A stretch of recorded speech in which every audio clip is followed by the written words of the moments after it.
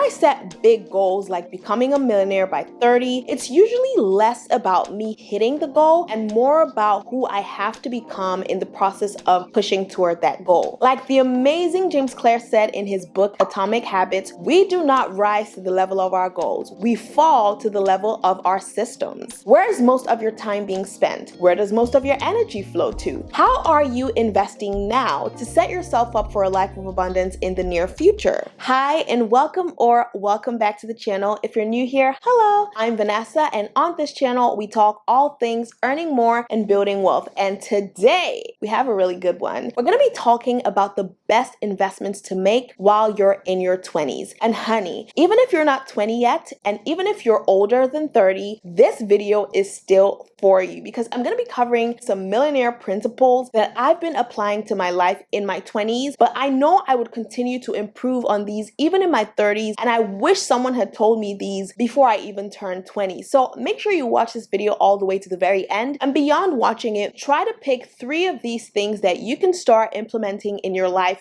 this week. So if you're ready to pick up these gems, then please go ahead and hit the like button. 1, it's free. 2, it supports the channel and it keeps me motivated to keep bringing valuable content to you. Number 1 is to invest in a sellable skill. A sellable skill is something other people find valuable enough to give you money for. Now, you might think something is interesting, but if a lot of people don't find it valuable and they're not really ready to pay for it, then what you have, my love, is a hobby. And hobbies are great. I have a couple of hobbies myself that I don't plan to monetize, but they just bring me personal joy. And those are good to have. But what I mean right now is something that you can monetize. This could be a medical degree, or it could be a license to make hair. It really doesn't matter what the sellable skill is. As long as it's legal and you're getting to the bag, you're good, honey. Number 2 is to invest in financial education. If you make a lot of money but don't know how to manage your money, you can still find yourself with a negative net worth, which means that your outflow outweighs your inflow. And that could happen to absolutely anyone, especially when you don't know anything about budgeting, saving, or investing your money. And that's why it's good in your 20s to invest in your financial education. Number 3 is to invest in your own ideas. Your 20s are a time in your life that you can never get back because it's like golden.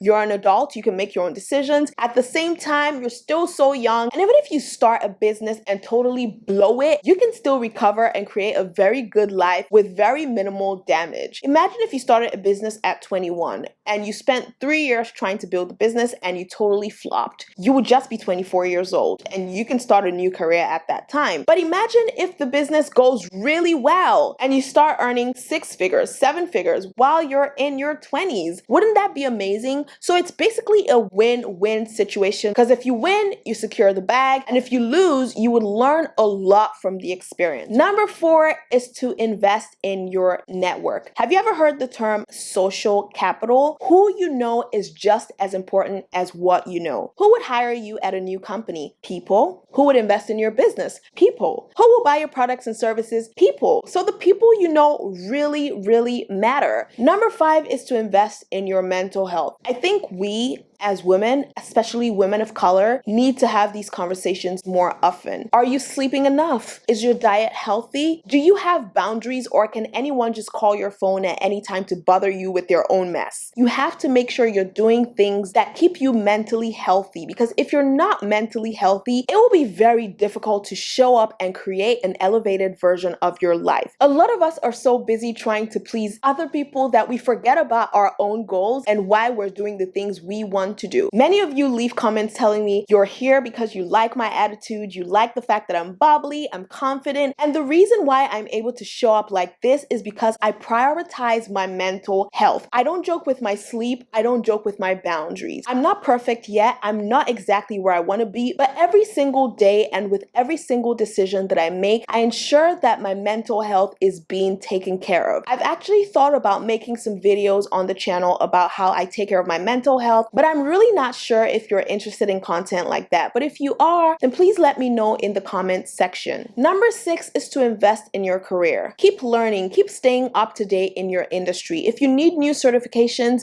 get them. If you need a sponsor, find one. Number 7 is to invest in your mindset. I was literally having this conversation with my best friend yesterday about how there are a lot of women who cannot even imagine themselves making $10,000. So $100,000, $1 million is like a fantasy. It's like impossible. Listen to podcasts that elevate the way you think. Watch YouTube channels like this one. Read books. In fact, let me put it out there so you can hold me to this. I want to make sure that we have a book club in the membership because I need you to read more books, girl. I want this community to be full of women who think like bosses, women who are winning at work, at home, in our finances. I want you to be an overall boss. And number 8 is to invest in qualified coaches.